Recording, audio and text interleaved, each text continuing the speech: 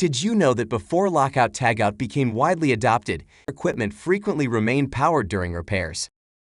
There was no standardized or reliable system to secure equipment or clearly communicate its status. Workers often had to rely on verbal requests, asking operators not to start the machinery. LOTO changed that by introducing an 8-step structured process to control energy and keep everyone safe. Let's break it down step by step to see how it works. Start by identifying all energy sources connected to the equipment. This could include electrical power, hydraulic systems, or pressurized air. Consult equipment manuals to fully understand the system and carefully inspect the machine for any hidden or secondary energy sources. Then, communicate the lockout to all affected employees and ensure everyone understands the plan. Once preparation is complete, the next step is the orderly shutdown of the equipment. Follow the manufacturer's or company-specific procedures to safely power down the equipment. This prevents accidental restarts during the process. Next, isolate the equipment from all energy sources. This might involve flipping a circuit breaker, closing a valve, or disconnecting a power supply. Once all energy sources have been fully disconnected or isolated from the source or sources, secure each isolation point by applying lockout devices to prevent accidental reconnection. Attach a clearly labeled tag indicating who applied the lock and the reason for the lockout.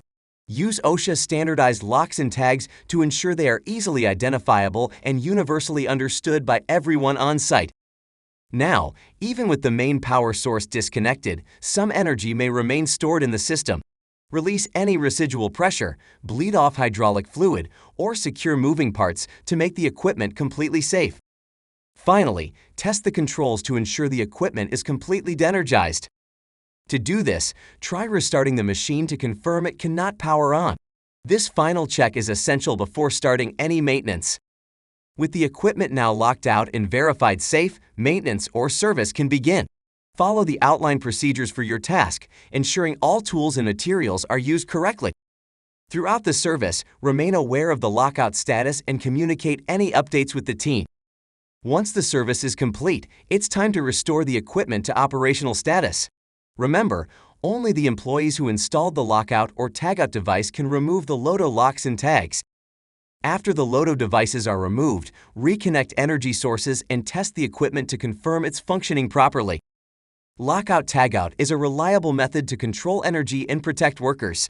By following these steps, you minimize risks and maintain a safer work environment. To ensure no steps are overlooked during the procedure, always refer to the LOTO checklist for complete and accurate implementation.